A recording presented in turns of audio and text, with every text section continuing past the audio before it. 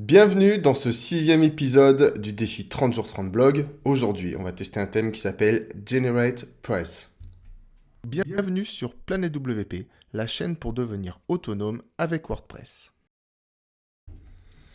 Donc, dans l'épisode du jour, ce qu'on va faire, c'est qu'on va installer le thème Generate Price et on va aller checker quelques points pour savoir si ce thème peut être utilisé de manière convenable pour que vous puissiez créer votre blog facilement. Parce que c'est tout l'idée de ce défi 30 jours 30 blogs, c'est de tester quelques thèmes. Donc au début, principalement des thèmes que je connais pas, histoire d'avoir des bonnes surprises. Et puis après, on va tester quelques thèmes que je connais déjà. Et on terminera par le thème ultime, à mon avis, on terminera cette série par le thème que je préfère et que j'ai tendance à utiliser assez régulièrement. Donc en attendant, ce qu'on va faire, c'est qu'on va tester donc Generate Press et on va aller checker quelques points. Donc pour ceux qui n'ont pas suivi les premiers épisodes, on va les récapituler. Pour moi, il me semble important que les thèmes gratuits puissent au moins proposer des réglages fins au niveau des typographies, à savoir est-ce qu'on peut gérer les typos pour les titres, le corps de page et changer les couleurs. Plus globalement, est-ce qu'on peut gérer les couleurs, est-ce qu'on peut gérer les couleurs du thème? Est-ce qu'on peut gérer l'habillage graphique pour pouvoir l'adapter à sa propre charte graphique si on en a une? Donc je le répète souvent, mais si vous n'avez pas de charte graphique, à la limite, vous en fichez. Mais peut-être que vous avez quand même envie de personnaliser 2-3 trucs. Donc à minima, les typos et les couleurs sont importants. Ensuite, on va regarder si le thème propose différentes structures de pages, différents modèles de pages, différentes mises en page, on va dire, de pages. Donc là, pour ce défi, j'ai créé un blog, j'ai mis quelques articles, et voilà, est-ce que dans les pages d'archives qui affichent les articles de blog, est-ce que j'ai différentes structures qui me sont proposées ou pas? Est-ce que j'ai des réglages de haut de page qui peuvent changer, des choses comme ça. On va regarder aussi si le thème a quelques options un peu intéressantes, en tout cas des options qui pourraient être sympas à relever, et on va checker enfin si le responsive du site est plutôt correct. Allez, on va sur mon ordi.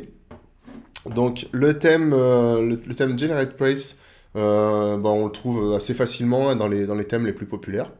C'est aussi pour ça que je le teste, hein, parce qu'il fait partie des thèmes les plus populaires de WordPress. Donc on va aller voir ce que ça donne. Donc dans les thèmes les plus populaires, je crois qu'on le trouve assez rapidement en haut de la liste. Ocean WP, le Neve, le Generate Press, il est là. Ok, donc allons l'installer. Et pendant qu'on l'installe, on va aller voir sur le site de l'auteur ce que fait un peu ce thème. Donc je sais pas si je sais pas si ce site a été fait avec le thème, mais c'est plutôt propre. Ok, bon blablabla. A priori, il a l'air d'être plutôt rapide le Generate Press. Ok, donc il y a une version premium de ce Generate Press. Donc rassurez-vous, hein, la version qu'on teste là, c'est une version gratuite. Donc la version premium, alors en ce moment ils sont en promo a priori, mais coûte on va dire 50 $. On va dire en version, si vous l'achetez ça au cours de l'année sans promo, ça va coûter une soixantaine de dollars par an.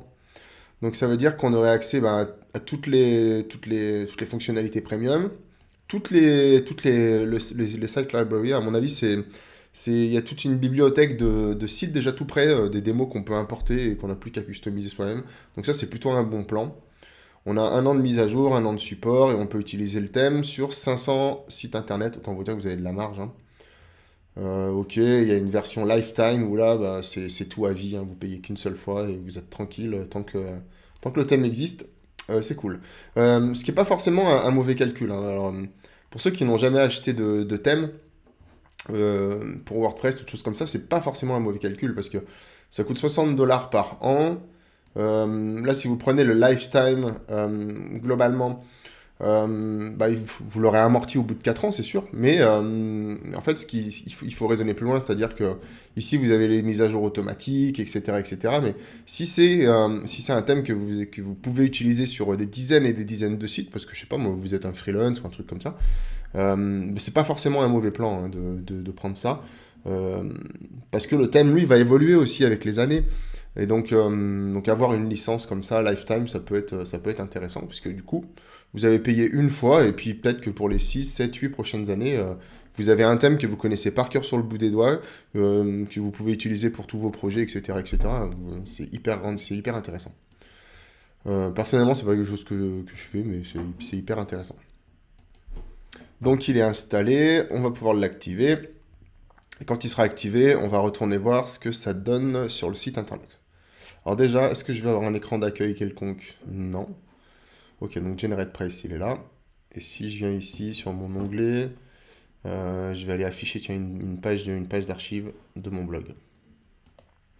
Ok, donc ça s'est réactualisé. Donc de prime abord, ça peut paraître un peu bof. Ok, alors là, je ne sais pas si vous voyez à l'écran, mais ici, là, il y a un léger fond. En tout cas, moi, je le vois bien. Je ne sais pas si je peux zoomer pour vous montrer. Mais moi, j'ai un léger fond ici, là. Donc là, c'est sur fond blanc. Là, il y a un léger fond qui a l'air bleuté, en tout cas sur mon écran. C'est peut-être gris, il faudrait contrôler le code couleur. En tout cas, bon, déjà, la structure semble un peu pétée. Donc ça, rassurez-vous, il y a beaucoup de thèmes, quand vous les installez, ça ressemble pas forcément à grand-chose. On se dit, ouais, bah, en fait, bof. Parce que ces thèmes sont pas très typés, en fait. C'est pas comme le thème H, par exemple, qu'on a testé dans la précédente vidéo. Lui, il est très typé, déjà. Dès qu'on l'installe, on a une espèce d'ambiance qui est là. Et il y a certains thèmes comme ça, généralistes, qui peuvent servir à tout et n'importe quoi. Et donc, du coup, par défaut, quand on l'installe, c'est pas très typé. Mais c'est voulu aussi, hein. Donc, bon, ça ressemble à ça en tout cas. Pas de problème de typo selon moi, elles sont plutôt bien gérées, les liens sont bien différenciés. Bon, j'espère qu'on pourra gérer les liens pour avoir autre chose que ça. Bon, ça a l'air plutôt pas mal, on a une sidebar tout à fait standard. Alors ici, le menu se décompose comme ça, donc là on a déjà un logo que le thème a récupéré, donc je l'ai déjà mis pour plusieurs thèmes. Et il me prend quand même le titre du site. Ok, donc il va falloir qu'on aille gérer tout ça dans les personnalisations. Let's go. Donc là, je vais ouvrir l'onglet de personnalisation. Donc l'onglet de personnalisation, pour ceux qui ne savent pas, c'est là où on va gérer eh ben, tous les petits réglages par défaut qui vont se retrouver sur tout le site internet. Ça va pas, c'est pas là où on va gérer le contenu des articles, etc. C'est là où on va gérer l'affichage au global. Pendant que ça charge, j'en profite pour vous parler de la formation gratuite, installer WordPress facilement. Donc vous pouvez vous inscrire, c'est très très facile, vous suivez le lien qui est dans la description sous cette vidéo, ou alors vous allez sur planetwp.com et vous trouverez cette formation installer WordPress facilement. Donc c'est une formation je fais à peu près 3 heures, hein, 3-4 heures, dans laquelle vous trouverez plein de petites vidéos qui vont vous montrer comment installer WordPress assez facilement. Parce qu'avant de pouvoir commencer à faire un blog avec WordPress, il faudrait que WordPress soit installé. Donc du coup, dans cette vidéo, je vous montre comment vous pouvez installer WordPress, soit vous-même, soit demander à quelqu'un d'autre de le faire pour vous, lorsque vous achèterez votre nom de domaine et votre hébergement, si vous en voulez. Donc vous renseignez votre email, vous renseignez votre prénom, vous accédez à la formation. Une fois que ça c'est fait, vous recevez un email de ma plateforme Schoolmaker. Et puis une fois que vous avez créé votre identifiant sur la plateforme, vous accédez à cette formation gratuite, vous voyez, qui est divisée en plusieurs chapitres. Voilà, donc on a quelques vidéos où je vous explique un peu WordPress, quelques mots du jargon, pourquoi est-ce qu'on a besoin d'un serveur, d'un nom de domaine, etc. Puis après, je vous explique comment demander l'installation de WordPress à un hébergeur pour qu'il le fasse automatiquement sans que vous ayez rien à faire. Et puis sinon, comment installer WordPress sur sa machine, si vous souhaitez déjà en amont, avant de publier votre site, le préparer sur votre ordinateur tranquillement, loin d'Internet. Donc pour rejoindre la formation, c'est facile, vous allez sur planetwp.com, vous rentrez votre email, votre prénom, et vous accédez à la formation gratuitement. Voilà, une fois que vous êtes inscrit, je crois que c'est sous 10 minutes peut-être au max, vous recevez un email de ma plateforme. Allez go, on va voir dans l'onglet personnalisation. Alors, on va pas tester l'intégralité de tous les menus qu'il peut y avoir éventuellement. On va se contenter, entre guillemets, de tester via les quelques points qu'on a évoqués au début de la vidéo. Alors, bon, déjà, la première chose qu'on voit, c'est que ici il y a des modules premium qui sont disponibles. Donc, si on clique, sans surprise, on va aller chez GeneratePrice pour acheter la version premium. Alors, ici, on retrouve pas grand-chose. Alors ça, je dois avouer que souvent, c'est pas bon signe parce que la plupart des menus qui sont là, donc réglage, widget, menu, général, identité du site, ce sont des menus par défaut qu'on retrouve dans toutes les installations de WordPress quasiment. Après, ça ne veut pas dire que le développeur qui a fait ce thème n'a pas été rangé des sous-menus dans ces menus-là, attention.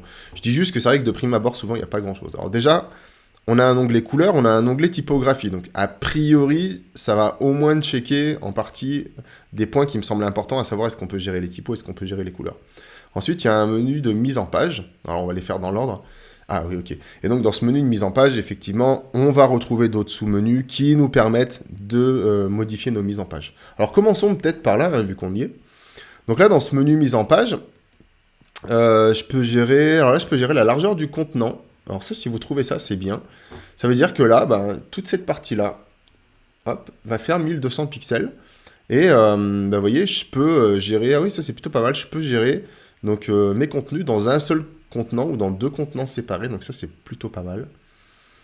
Et l'alignement du conteneur, ça va être le texte. Ok, bon, ça, faudrait tester, voir ce que c'est, où c'est les boîtes. Donc vous voyez là, effectivement, j'ai plus les petites séparations en couleur que j'avais tout à l'heure. Alors moi, je vais le laisser comme ça.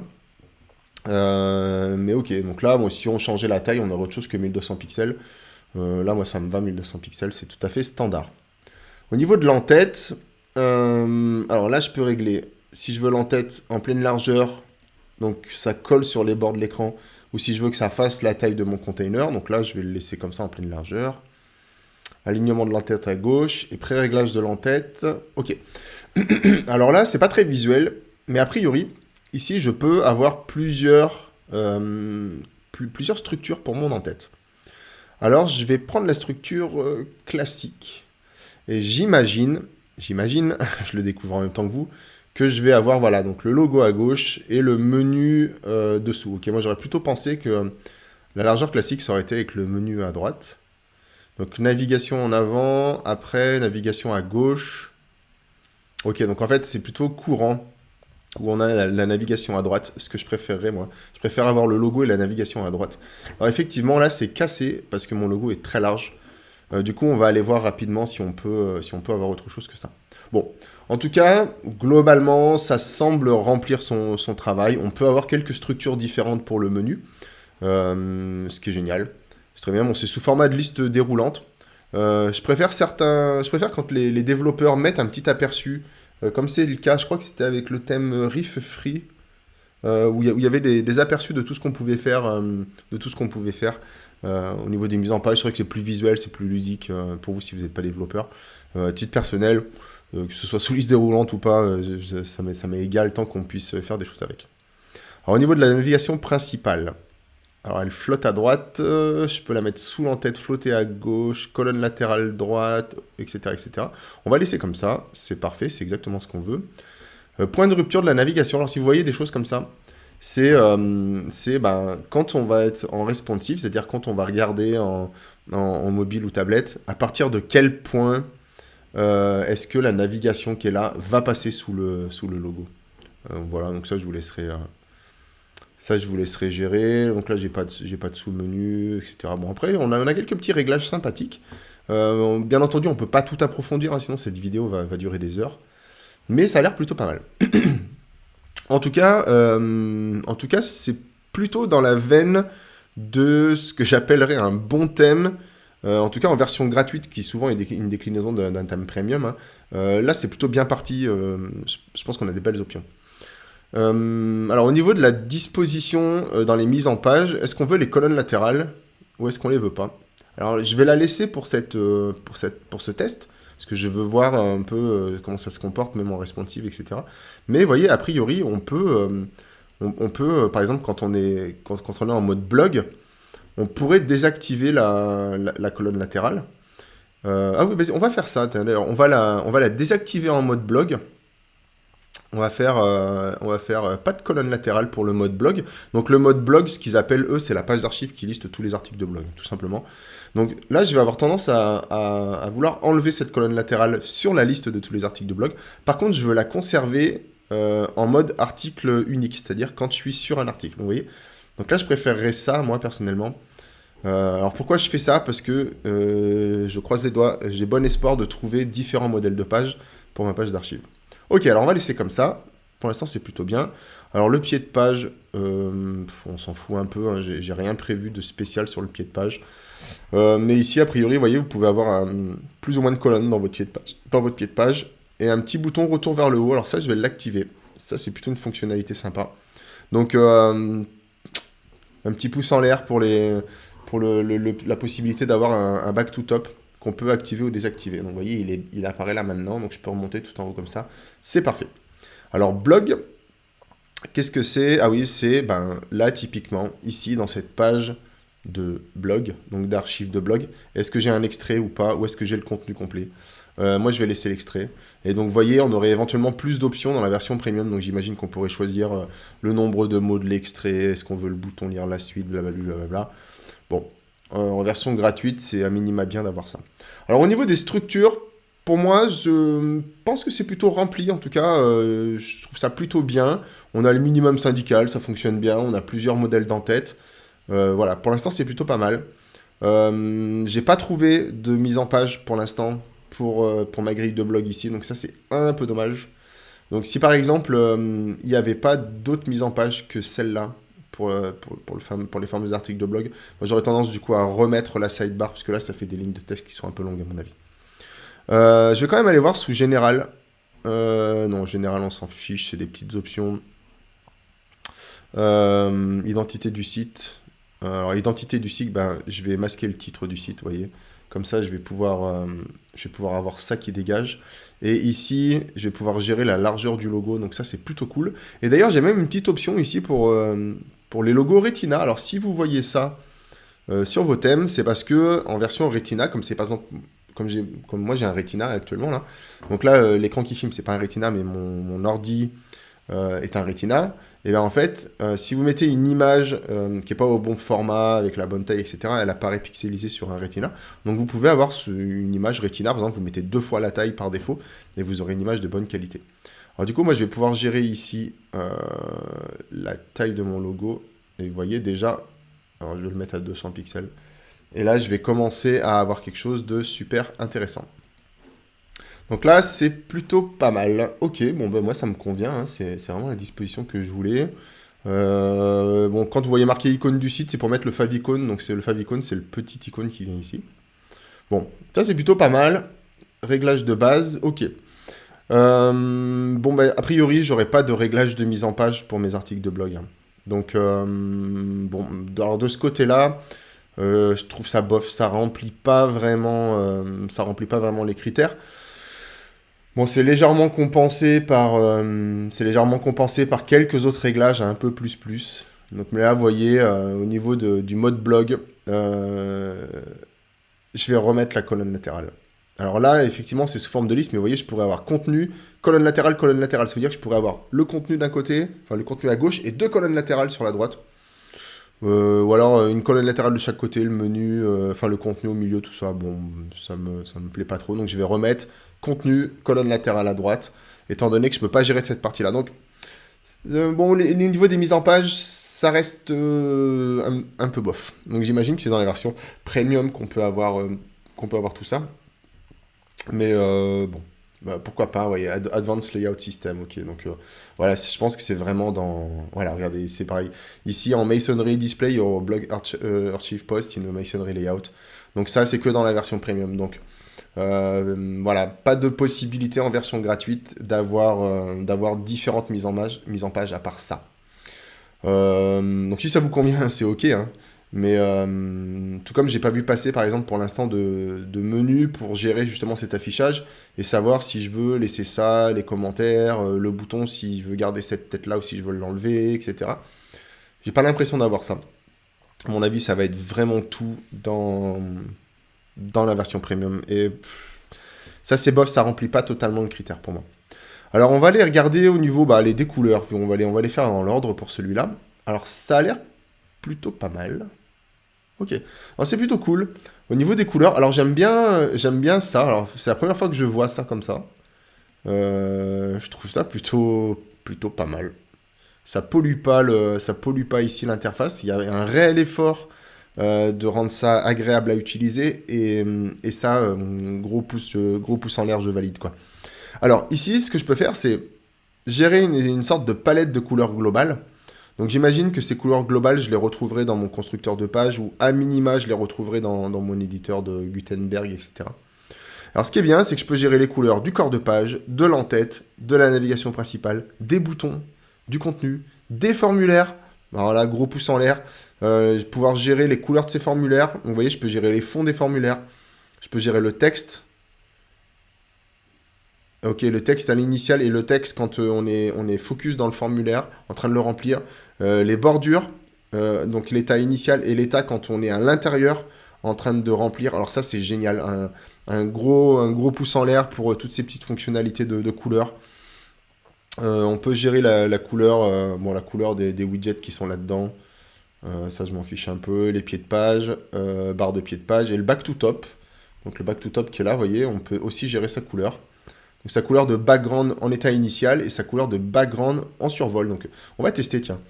Alors là, je vais le faire vraiment au pif parce que j'ai pas les codes couleurs en tête. On va dire que en état initial, il est comme ça. Donc vous voyez, ça le met en opacité à 0,4. On va le laisser en opacité à 0,4. Et au survol, j'aurais dû prendre le code couleur de l'autre.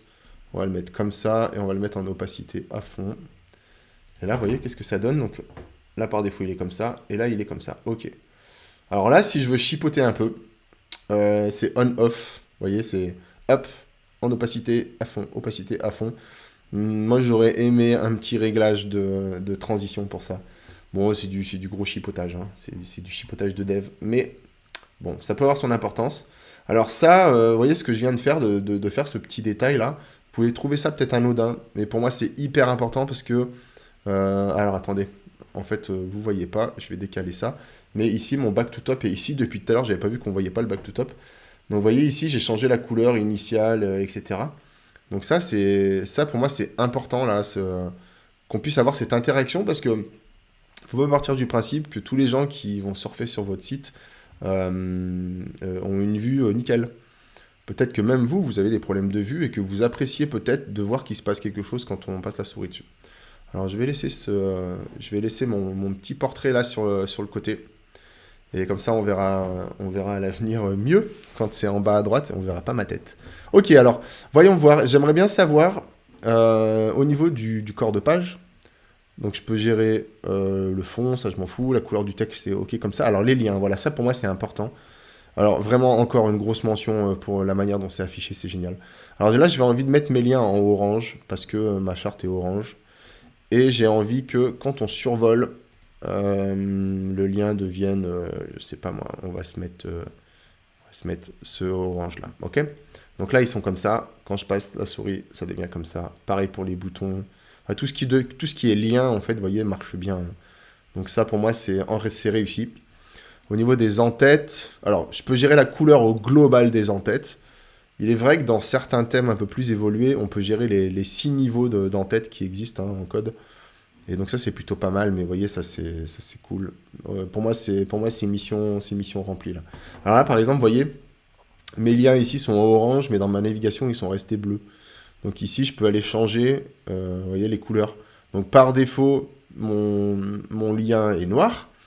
Quand je passe la souris par dessus il devient bleu. Et quand je suis sur une page active, là, typiquement, je suis sur la page des blogs et donc mon menu est actif. Je peux avoir une couleur même différente. Donc là, pour moi, c'est un gros pouce en l'air, c'est parfait. Donc là, vous voyez, si je recommence un peu... alors là, je le fais vraiment au pif, hein, je suis désolé, il aurait fallu que je prenne le code couleur. Donc vous voyez, là, j'ai bien mon lien au survol qui va être orange. Et j'ai envie de dire que quand je suis sur une page archive, je suis avec un orange plus foncé comme ça, presque un marron, ok. Donc, vous voyez, ce qui est le cas ici, ça se met en place. Hein. Et ok, ça marche vraiment bien. Là, vous voyez, j'ai une petite... Non, j'ai pas la transition. Bon, ok. C'est plutôt pas mal. Alors, au niveau des boutons, est-ce qu'on va réussir à transformer ça en bouton? Alors, attendez, je vais peut-être aller voir du coup dans un article. Voir comment se comportent les boutons. Parce que normalement, je peux mettre des commentaires. J'aimerais bien trouver comment se comportent les boutons. Alors, dans l'article, c'est plutôt propre. Alors, voilà, le bouton est comme ça. Ok. Donc, vous voyez, on peut gérer la couleur de fond initiale du bouton, sa couleur au survol. Donc, ça marche bien. Et on peut gérer la couleur du texte à l'initiale et la couleur du texte au survol. Donc, pour moi, c'est mission accomplie, là. C'est vraiment parfait. Alors, je peux vous faire la démo si vous voulez, hein. Hop, là, on va se mettre sur un orange comme ça. On va copier ce code couleur. Le texte, on va le laisser comme ça. Et là, au survol, vous voyez, ça devient comme ça. Mais je pourrais très bien, au survol, reprendre cette couleur un peu comme ça, là. Et vous voyez, ça marche très bien. D'ailleurs, bah, tiens, ça va me permettre de vous montrer un peu ce que je vous disais tout à l'heure au niveau des formulaires. Les couleurs des bordures quand on est à l'état initial et quand on est en focus. Donc là, on est en focus. Quand on est en focus, c'est qu'on est à l'intérieur du champ. Donc, on peut très bien dire que les bordures à l'état initial sont comme ça. OK? Donc, des bordures qui ont quand même un bon niveau de contraste, hein. Et on peut dire que quand on est à l'intérieur en train de remplir, on va lui mettre un joli petit vert comme ça, hein. Hop, et hop, la bordure devient verte. Et vous voyez, je peux même gérer le background. Donc le background par défaut, il peut être blanc. Et le background, je sais pas moi, quand on est en focus, peut devenir un peu gris comme ça. Et vous voyez, bim. Donc ça, c'est plutôt bien, hein. On, off, vous voyez. Mon menu, etc. Donc, et ben pour moi, c'est un grand oui pour les couleurs. C'est un grand oui pour la gestion des couleurs avec le thème. C'est plutôt pas mal, globalement. Il y a juste ce qu'il faut et c'est plutôt bien pensé. Et donc si on va faire un tour au niveau des typos, ok. Alors au niveau des typos, là ça me pose un peu plus de problèmes parce que je suis... Ah non, ok, c'est bon, autant pour moi. Ah non, mais je suis tout de suite là, j'ai la critique facile, Cédric, mais en fait c'est plutôt pas mal. Donc alors, on peut, a priori, on va voir ce que ça donne, hein. On peut a priori mettre les fonds de Google. Alors là, c'était un peu long à se connecter à Google. Je sais pas si c'est à cause de mon stream. Mais vous voyez ici j'ai la liste de toutes les typos Google qui existent. Alors, eh ben, on va faire comme je fais d'habitude, c'est-à-dire que je vais prendre la typo de mes titres, donc la New Wave. On va voir à quoi ça sert. Est-ce qu'elle va être appliquée partout ou est-ce qu'elle va être appliquée uniquement sur les titres?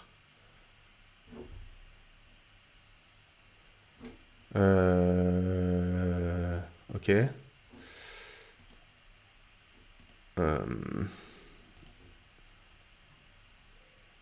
Ah oui, ok. Ah, pas mal.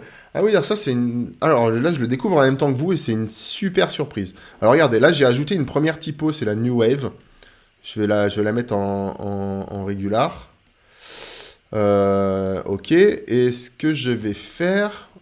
Oui, ok, j'ai bien ma New Wave qui est là. Je vais ajouter une nouvelle fonte. Je vais rechercher la Poppins, qui me sert pour le corps de page. Ok, la Poppins. Sans sérif, variante 300 italique, etc., etc. Je close. Alors, maintenant que j'ai ajouté mes deux fontes, vous voyez, j'ai ajouté ma No Wave, j'ai ajouté ma Poppins. Ce qui est cool, c'est que du coup, je vais pouvoir configurer ici des éléments. Donc, par exemple, je vais pouvoir aller chercher tous les titres. Mais je pourrais aller chercher les titres de niveau 1, les titres de niveau 2, les titres de niveau 1 quand on est à l'intérieur d'un article, etc., etc., les titres de niveau 3, 4, 5, 6, etc. Alors là, je vais sélectionner tous les titres et je vais leur appliquer quelle famille? Ben, je vais leur appliquer la New Wave. Et je pourrais même gérer la font size, la line 8, etc., etc. Alors ça, c'est vraiment trop bien et je peux même les mettre donc en uppercase. C'est génial. C'est vraiment nickel. Parfait, c'est exactement ce que je veux.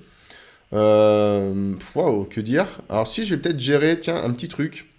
Je vais peut-être gérer un peu la line 8. Je vais me mettre à 1,7 peut-être. Ah, c'est un peu trop. Ok, donc je vais me mettre 1,3 ou 4. Ah, je suis désolé, ça rame un peu avec le stream. Ok, et le letter spacing, je vais mettre un... Alors là, je vais le faire à la main. Je vais mettre un pixel de letter spacing. Ça va espacer un peu les lettres. Ok, et ben pour moi c'est un grand oui. Alors on va le faire, hein, ajouter une typographie. Ce que je vais faire, c'est que je vais chercher quoi? Je vais chercher alors je vais prendre le body, hein. Donc le body, si vous savez pas, c'est tout le corps de votre page, hein. Et je vais lui appliquer la Poppins en 17 pixels, ce qui est plutôt pas mal. Ok, nickel. Et du coup, je peux même gérer la line 8. Là, elle est à 1,5. Là, si je la mets à 1,7, ça va donner quoi? Ça va m'espacer un peu ce corps-là. Donc pour moi, c'est un grand oui. Ok, c'est parfait. Pour moi, c'est un grand oui pour ça. Voilà, et, ça veut dire que je pourrais même ajouter plus d'éléments, etc. pour cibler plusieurs choses et tout. Mais voyez, on retrouve ici ce qu'on a fait, hein. Donc on retrouve bien nos typos, la No Wave, la Poppins. Et donc Ma base sur le body, c'est la Poppins, et sur tous mes titres, c'est la No Wave. Donc, gros pouce en l'air pour ça aussi. Pour moi, ça assure grave, quoi. Alors, je trouve pas de... J'ai pas forcément trouvé de... J'ai pas forcément trouvé d'options plus, donc je peux pas dire que de ce côté-là, il y a des choses particulières à mettre en avant. On a bien la possibilité d'activer ou désactiver le back to top, donc ça, bon, bah, c'est génial. C'est bien, on l'a au moins, c'est plutôt pas mal. Voilà, au niveau de l'identité du site, on a quelque chose pour gérer la largeur du logo, ce qui est plutôt pas mal, vous voyez, comme ça j'ai pu adapter mon logo. Après, si on passe rapidement dans les autres menus, ben, j'ai rien de particulier. Alors, bon, ce qui est plutôt pas mal, c'est que j'ai beaucoup de zones de menu, donc ça c'est cool. Beaucoup de zones de widgets. Donc je vais avoir ma colonne latérale à droite, je vais avoir des widgets dans l'entête. Ça veut dire que quelque part là-dedans, je peux mettre des widgets, ça c'est plutôt bien. J'ai 4 zones de widgets, 5 zones de widgets en pied de page, puisque effectivement je pouvais aller de 0 à 5. J'ai une barre de pied de page, donc je dois certainement avoir quelque part ici, en pied de page, au-dessus, une barre dans laquelle je peux mettre des widgets. Et j'ai une barre en haut. Donc ça, c'est plutôt bien par défaut d'avoir autant de zones de widgets. Donc ça, c'est un grand oui aussi, mais est-ce que ça rentre vraiment dans les fonctionnalités plus à mettre en avant? Je suis pas sûr. Mais en tout cas, c'est plutôt pas mal. Si, il nous reste un truc à faire. Je vais publier tout ça, parce que pour l'instant, j'ai toujours pas publié, donc là, il s'est vraiment rien passé à part dans mon aperçu ici. Et donc, si ici j'actualise, donc on est parti de ça, et on va arriver à quoi? Petit café. Ok, donc mon blog ressemble à ça. Ce qui est... Bon, voilà, pourquoi pas, hein, si ça vous convient. Moi, ça me convient pas, cette structure-là, mais on n'avait pas l'option, donc c'était le seul point noir de ce test jusqu'à maintenant. Au niveau de l'article en lui-même, ça dit quoi? Bon, ici, vous voyez, on a l'image mise en avant qui est mise par défaut, et on n'a pas d'option pour le désactiver, donc j'imagine que c'est dans la version premium. Mais sinon, le reste, ça se cascade plutôt très bien, on a pu gérer ça. On a pu gérer ça. On a notre back to top. Et en responsive, qu'est-ce que ça donne? Si je réduis, je réduis. Est-ce que la sidebar va passer? Là, par exemple, c'est toujours, toujours la même remarque que je fais, j'ai remarqué hein, globalement. Pour moi, ça se cascade beaucoup trop tard, cette sidebar. Elle devrait déjà avoir dégagé là, la sidebar pour moi. À mon avis, hein, titre personnel, si je le dev, encore une fois, je la fais sauter avant la sidebar. Là, c'est bien. Il y a longtemps qu'on devrait être comme ça, en fait. Et le menu s'ouvre comment? Il s'ouvre comme ça. Bon, ça, c'est plutôt standard. C'est pas ce que je préfère. Perso, si vu que je suis là pour donner mon avis, c'est pas ce que je préfère. Moi, je préfère à la limite un volet qui vient, etc. Mais c'est ok, ça fonctionne. Si ça vous convient, c'est parfait, rassurez-vous. Je préfère avoir ça, propre, qui se cascade bien, qui fonctionne bien, que d'avoir des trucs exotiques qui viennent dans tous les sens et qui marchent pas. Et si je retourne... Bah, on va passer par là, tiens. Si je retourne sur ma grille de blog, comment ça se comporte en responsive? Bon, voilà, là, clairement, la structure qu'on a en responsive, elle est forcément sympa. Hein. Mais c'est tout, quoi. Elle est sympa que en responsive. Voilà, de toute façon, si vous voulez des options plus pour gérer ça, il faudra prendre la version pro. Mais même là, encore, bon, pourquoi pas. Bon, bref. J'ai déjà donné mon avis sur cette sidebar qui se cascade bien trop tard. Et ben, ok, ben, si on fait un petit bilan de ce test de thème, au niveau des réglages typographiques, alors c'est un grand oui pour un thème gratuit. En tout cas, je mets 5 sur 5, ça c'est ok. Au niveau des couleurs, je lui mets un 5 aussi. Notamment aussi pour le petit effort qui a été fait sur la présentation des options des couleurs, qui est vraiment canon. Ça me donne des idées d'ailleurs, je trouve ça bien, j'avais jamais vu cette présentation, c'est bien. C'est ok. Au niveau des réglages de mise en page, là je suis plus mitigé. Alors effectivement, on a plein de réglages pour le haut de page, on a des réglages, on a plein de petits réglages, mais ça nous manque à minima de pouvoir avoir une grille dans nos pages d'archives, à mon avis. Donc là, si je devais me prêter au jeu des étoiles, je lui mettrais que 3 sur 5. Voilà. Là où les autres, je mets 5 sur 5, là je mets que 3 sur 5. Voilà, il faut absolument passer par la version premium pour avoir quelque chose de quali au niveau des pages d'archives. Au niveau des autres options préposées, il n'y a pas grand-chose. Mais on a un petit back to top qu'on peut activer ou désactiver. Et on a beaucoup de zones de widgets globalement, donc ça c'est plutôt cool. Et au niveau de la présentation des couleurs, là, ou même des typos, j'ai trouvé son mode de fonctionnement plutôt canon. Au niveau du responsive, c'est honnête, ça fonctionne, il n'y a rien à dire de particulier. Voilà. Donc pour moi, ce fameux thème GeneratePress, il est vraiment cool si vous voulez commencer un blog facilement.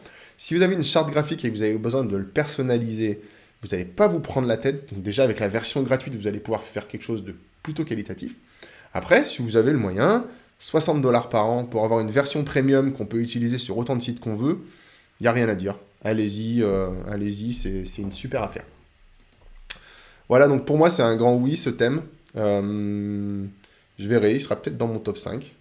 Même si dans mon top 5, il y aura forcément les thèmes que je kiffe le plus, donc le top 5 est un peu faussé. Mais en tout cas, dans les thèmes que je découvre, c'est une belle découverte. Et je l'avais jamais vraiment testé, en tout cas, je n'avais jamais vraiment regardé, et je le trouve plutôt bien. Donc, c'est un thème que je pourrais utiliser pour des petits sites, des développements éventuellement, ou des petits sites avec des développements. Il faudrait regarder comment ça a été codé, mais c'est intéressant. Donc je profite que vous êtes toujours là pour regarder cette vidéo, de vous dire, pensez à aller vous inscrire sur la formation Installer WordPress facilement. Vous n'avez rien à faire, juste un email, un prénom, cliquez sur le bouton. Et après, vous recevez un email de ma plateforme SchoolMaker. Et on se retrouve dans la vidéo, dans les vidéos. Tiens, il y a une petite fonctionnalité, j'en ai pas parlé tout à l'heure, j'ai complètement oublié, mais pourquoi c'est génial cette plateforme SchoolMaker pour suivre des vidéos et pourquoi je mets pas ça directement sur YouTube en gratos? Eh bien parce que quand vous êtes dans cette formation SchoolMaker, enfin chez SchoolMaker en l'occurrence, vous avez accès à un onglet questions. Vous pouvez me poser vos questions directement. Donc par exemple, ici, si vous êtes en train je sais pas moi, de chercher un hébergeur, et qu'il y a quelque chose que vous n'avez pas compris. Alors attendez, je vais me mettre sur mon écran d'ordinateur. Donc si vous cherchez un hébergeur et que vous n'avez pas compris, là vous êtes en train de regarder ma vidéo et vous dites « Cédric, il y a un truc que j'ai pas compris dans ta vidéo », et ben plutôt que de m'envoyer un vieux mail, vous venez ici, vous posez votre question. Votre question, elle va se retrouver dans l'onglet « Communauté » de la plateforme. Et donc, tout le monde pourra en profiter. Et moi, ce que je peux faire, c'est vous répondre. Donc, soit directement, je vous réponds comme ça, soit je fais une vidéo pour vous répondre. Et ça c'est une vraie valeur ajoutée. Et donc, c'est pour ça que cette formation est accessible aussi, principalement, uniquement, sur ma plateforme d'hébergement. Ok. Donc, on se retrouve dans la formation. Et puis, on se dit à bientôt pour un nouveau test de thème. Et une nouvelle découverte qui, j'espère, sera aussi bonne que ce GeneratePress. Ciao! Merci d'avoir regardé cette vidéo jusqu'au bout. Rendez-vous sur planetwp.com pour retrouver toutes les formations dédiées à WordPress. Pensez à vous abonner et on se donne rendez-vous dans une prochaine vidéo.